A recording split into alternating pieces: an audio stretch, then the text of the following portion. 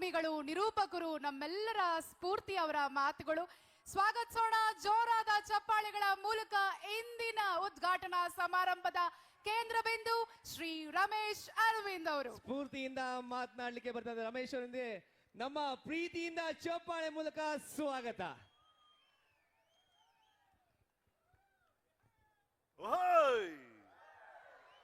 Hello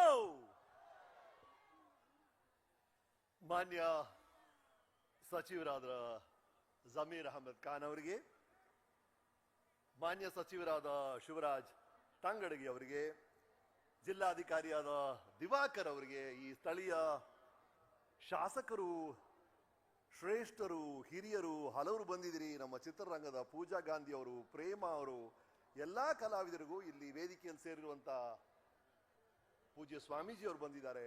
to the police department officials, to everybody here, and ನಿಮ್ಮೆಲ್ರಿಗೂ, ಪ್ರತಿಯೊಬ್ಬರಿಗೂ, ಒಬ್ಬೊಬ್ಬರಿಗೂ ಈ ನಿಮ್ಮ ರಮೇಶಿನ ಪ್ರೀತಿಯ ಸಿಹಿ ನಮಸ್ಕಾರಗಳು.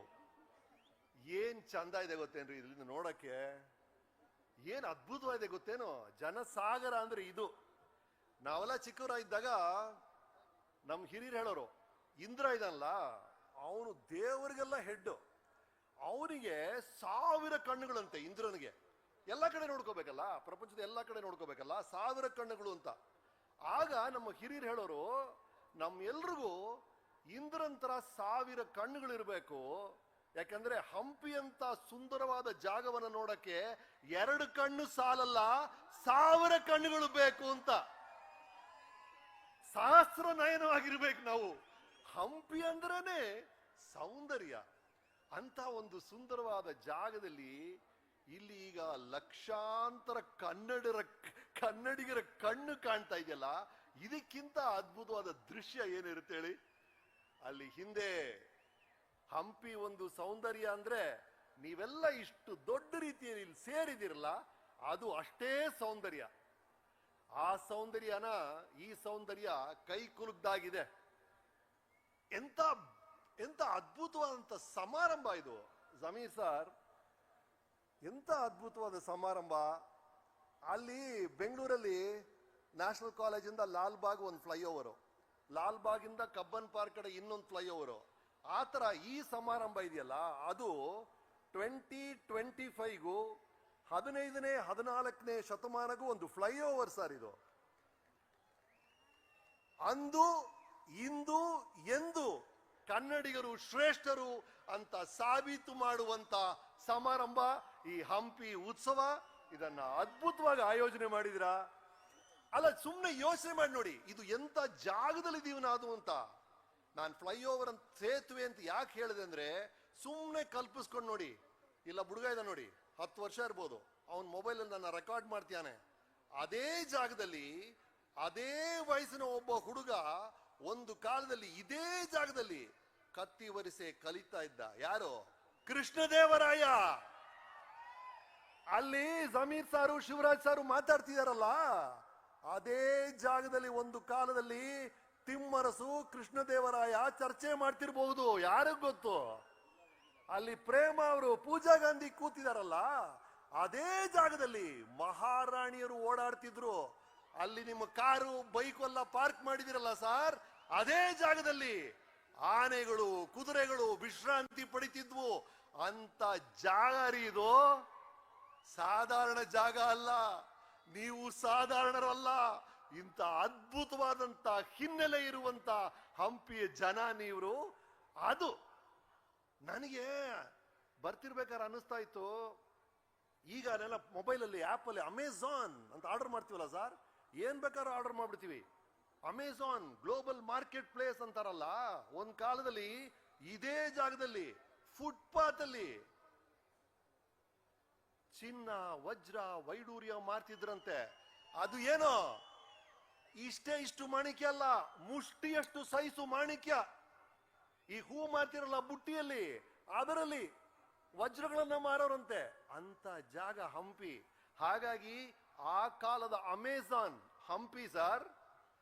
ಈ ಕಾಲದಲ್ಲಿ ಮೊಬೈಲ್ ಅಲ್ಲಿ ಯೂಟ್ಯೂಬ್ ಮ್ಯೂಸಿಕ್, ಸ್ಪಾಟಿಫೈ, ಟಿವಿಯಲ್ಲಿ ನೋಡ್ತಿರಲ್ಲ ಸರಿಗಮಪ ಕಾರ್ಯಕ್ರಮ, ಶ್ರೇಷ್ಠ ಗಾಯಕರು ಹಾಡೋದು. ಆ ಕಾಲದಲ್ಲಿ ಮನುಷ್ಯರಲ್ಲ, ಸ್ತಂಭಗಳು ಸಾರಿ ಗ ಮ ಪ ಅಂತ ಹಾಡಿದ್ದು ಹಂಪಿಯಲ್ಲಿ. ಆ ಕಾಲದ ಸ್ಪಾಟಿಫೈ, ಆ ಕಾಲದ ಯೂಟ್ಯೂಬ್ ಮ್ಯೂಸಿಕ್ ಹಂಪಿ. ಈಗ ನಾವೆಲ್ಲ ಸೆಲೆಬ್ರಿಟೀಸು ಕೋಟ್ಯಾಂತರ ರೂಪಾಯಿ ಕಾರ್ ತಗೊಂಡು ಸೆಲ್ಫಿ ತಗೊಂಡು ಹಾಕ್ತಿವಿ.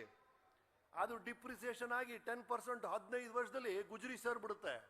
ಆದ್ರೆ 500 ವರ್ಷಗಳಿಂದ ಇಲ್ಲೊಂದು ವಾಹನ ಇದೆ, ಈಗಲೂ ಜನ ಸೆಲ್ಫಿ ತಗೊಂಡು ಹಾಕ್ತಾರೆ. ನಿಮ್ಮ ಊರಿನ ಕಲ್ಲಿನ ರಥ ಅದಕ್ಕಿಂತ ವಾಹನ ಇದೆಯೇನ್ರಿ? ಹಾಗಾಗಿ ಆ ಕಾಲದ ಅಮೆಜಾನ್, ಆ ಕಾಲದ ಸ್ಪಾಟಿಫೈ, ಆ ಕಾಲದ BMW, ಬೆನ್ಸ್ ಎಲ್ಲ ಹಂಪಿ. ಏನ್ ನೋಡಿ ಎಂತ ಅದ್ಭುತ. ಆ ಕಾಲ ಈ ಕಾಲನ ನಾವು ಕಂಪೇರ್ ಮಾಡಲೇಬಾರದು, ಮಾಡೋದು ಬಹಳ ಕಷ್ಟ. ಯಾಕಂದ್ರೆ ಈ ಕಾಲದ ಸಾಧಾರಣ ಶ್ರೀಸಾಮಾನ್ಯರಿಗೆ ಇರುವಂತ ಅನುಕೂಲ ಆ ಕಾಲದ ರಾಜರಿಗೂ ಇರಲಿಲ್ಲ ಅನ್ನೋದೇ ಸತ್ಯ. ಆ ಕಾಲದಲ್ಲಿ ಪಾರಿವಾಳದಲ್ಲಿ ಏನಾದ್ರು ಮೆಸೇಜ್ ಕಳಿಸ್ಬೇಕು, ರಾಜ ರಾಣಿಗೆ ಮೆಸೇಜ್ ಕಳಿಸ್ಬೇಕು ಅಂದ್ರೆ ಬರೆದು ಪಾರಿವಾಳ ಕಟ್ ಕಳಿಸ್ಬಿಡೋನು. ಅದು ಮಧ್ಯದಲ್ಲಿ ಪಾರಿವಾಳ ಇನ್ನೊಂದು ಹೆಣ್ಣು ಪಾರಿವಾಳ ನೋಡಿದ್ರೆ ಅದೆಲ್ಲ ಹೊಟ್ಟೋಗೋದು ಡುವೆಟ್ಗೆ.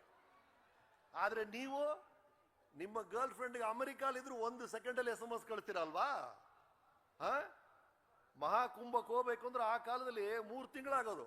ಈಗ 1 ದಿನದಲ್ಲಿ ಹೋಗ್ಬಿಟ್ಟು ಅಲ್ಲಿ ಕಾಶಿ, ಪ್ರಯಾಗ್ರಾಜ್, ಅಯೋಧ್ಯ ಎಲ್ಲ ನೋಡಿ ಬಂದ್ಬಿಡ್ತೀರಾ ನೀವು. ಹಾಗಾಗಿ ಈ ಕಾಲದ ಶ್ರೀಸಾಮಾನ್ಯರಿಗೆ ಇರುವಂತ ಅನುಕೂಲಗಳು ಆ ಕಾಲದ ರಾಜರಿಗೂ ಇರಲಿಲ್ಲ. ಹಾಗಾಗಿ ಏನೇ ಸಾಧನೆ ಇದ್ರೂ ಆ ಸಾಧನೆಯನ್ನ ಆ ಕಾಲಘಟ್ಟದ ಫ್ರೇಮಲ್ಲೇ ನಾವು ಯೋಚನೆ ಮಾಡಬೇಕು. ಆ ತರ ಯೋಚನೆ ಮಾಡಿದ್ರೆ ಎಂತ ಅದ್ಭುತವಾದ ಸಾಹಸ ರೀ, ಎಂತ ಇತಿಹಾಸ ರೀ ಅದು. ವಿಜಯನಗರ ನಮ್ಮ ಭಾರತದ ಇತಿಹಾಸದಲ್ಲಿ ಸುವರ್ಣ ಅಕ್ಷರಗಳಲ್ಲಿ ಬರಿಬೇಕಾಗಿರುವ ಒಂದು ಇತಿಹಾಸ ಅಂದ್ರೆ ಅದು ನಿಮ್ಮೂರಿನ ವಿಜಯನಗರ ಸಾಮ್ರಾಜ್ಯದ ಇತಿಹಾಸ. ಹಾಗಾಗಿ ಈ ಸಮಾರಂಭ ಅನ್ನೋದು ಬರೀ ಒಂದು ಉತ್ಸವ ಅಲ್ಲ, ಅದು ಕನ್ನಡಿ, ನಮ್ಮ ಸಂಸ್ಕೃತಿಯ ಕನ್ನಡಿ. ಅದು ಸಂದೇಶ. ಏನ್ ಸಂದೇಶ? ವಿಜಯನಗರದಲ್ಲಿ ಎಲ್ಲ ಜೊತೆಗಿದ್ದಾಗ ಅಮೋಘವಾಗಿತ್ತು. ಯಾವಾಗ ಒಬ್ರಿಗೊಬ್ರು ಜಗಳ ಶುರುವಾಯ್ತೋ, ಯಾವಾಗ ಒಗ್ಗಟ್ಟನ್ನ ಕಳ್ಕೊಂಡ್ರೋ, ಯಾವಾಗ ದ್ರೋಹಿಗಳು ಒಳಗ್ ಬಂದ್ರೋ ಸಾಮ್ರಾಜ್ಯನೇ ಬಿದ್ದೋಯ್ತು. ಹಾಗಾಗಿ ಅದು ಒಂದು ಸಂದೇಶ. ಜೊತೆಗಿದ್ರೆ ಏಕತೆ ಏಳು, ಅನೈಕ್ಯತೆ ಬೀಳು. ಅದೆಲ್ಲದಕ್ಕಿಂತ ಈ ಹಂಪಿ ಒಂದು ಪಾಠ. ಯಾವ ರೀತಿಯಲ್ಲಿ ಪಾಠ? ಅಲ್ಲಿ ನೋಡ್ತಿರಲ್ಲ, ಆ ಕಲ್ಲಿನ ರಥ ಇರ್ಬೋದು, ಆ ಬೇರೆ ಬೇರೆ ಇಲ್ಲಿ ನೋಡುವಂತ ಶಿಲೆಗಳು ಎಲ್ಲವೂ ಏನು ಆಕಾಶದಿಂದ ಬಿತ್ತೇನೋ, ಎಲ್ಲವೂ ಒಬ್ಬ ಶಿಲ್ಪಿ ಗಮನದಿಂದ ಕೆತ್ತಿರೋದು. ಹಾಗಾಗಿ ಅದು ಶಿಲೆಯಾಗಲಿ ನಿಮ್ಮ ಜೀವನವಾಗ್ಲಿ ಗಮನದಿಂದ ಕೆತ್ತಬೇಕು, ಗಮನದಿಂದ ಕೆತ್ತಬೇಕು. ಸುಮ್ಮನೆ ಯೋಚನೆ ಮಾಡಿ ನೋಡಿ, ಆ ಕಲ್ಲಿನ ರಥ ಹೇಗಾಯ್ತು, ಎಷ್ಟು ಸಾವಿರ ಏಟುಗಳನ್ನ ತಿಂದು ಅದು ಕಲ್ಲಿನ ರಥ ಆಗಿದೆ. ಹಾಗಾಗಿ ಏಟು, ಅವಮಾನ, ಕಾಲೆಳೆಯೋರು ಎಲ್ಲ ನಡೀತಾ ಇರುತ್ತೆ. ಅದನ್ನೆಲ್ಲ ದಾಟಿ ತಾಳ್ಮೆಯಿಂದ ಇದ್ರೆ ಒಂದಲ್ಲ ಒಂದು ದಿನ ಆ ಕಲ್ಲಿನ ರಥದಷ್ಟೇ ಶ್ರೇಷ್ಠವಾದ ಒಂದು ಶಿಲೆಯಾಗುತ್ತೆ. ನಿಮ್ಮ ಜೀವನ ಆ ಶಿಲ್ಪಿಗೆ ಇದ್ದಂತ ಗಮನ, ಆ ಕಲ್ಲಿಗೆ ಇದ್ದಂತ ಸಹನೆ ನಿಮ್ದಾಗ್ಲಿ. ನಿಮ್ಮೆಲ್ರಿಗೂ ಮತ್ತೊಮ್ಮೆ ಈ ಹಂಪಿ ಉತ್ಸವದ ಅಭಿನಂದನೆಗಳು. Zameer sir, wonderful program. ನಮ್ಮ ಅಂಬರೀಷ್ ಸರ್ ಜೀವಂತವಾಗಿದ್ದಾಗ ನೀವು ನಮ್ಮ ಕಲಾವಿದರ ಸಂಘಕ್ಕೆ ಬಹಳ ದೊಡ್ಡ ಸಹಾಯ ಮಾಡಿದ್ದಾರೆ ಅಂತ ನನಗೆ ಹೇಳಿದ್ದಾರೆ. ಹಾಗಾಗಿ ಕಲಾವಿದರ ಪರವಾಗಿ ನಿಮಗೆ ವಂದನೆಗಳು. Thank you so much. Shivaraj sir, ಬಹಳ ಖುಷಿ ಆಯ್ತು. ತಮ್ಮೆಲ್ರಿಗೂ ಮತ್ತೊಮ್ಮೆ ವಂದನೆಗಳು. ನಮಸ್ಕಾರ, ಬರ್ತೀನಿ. ರಮೇಶ್ ಅರವಿಂದ್ ಅವರ ಮಾತುಗಳು ಅಂದ್ರೆ ಎಷ್ಟು ಚಂದ ನೋಡಿ.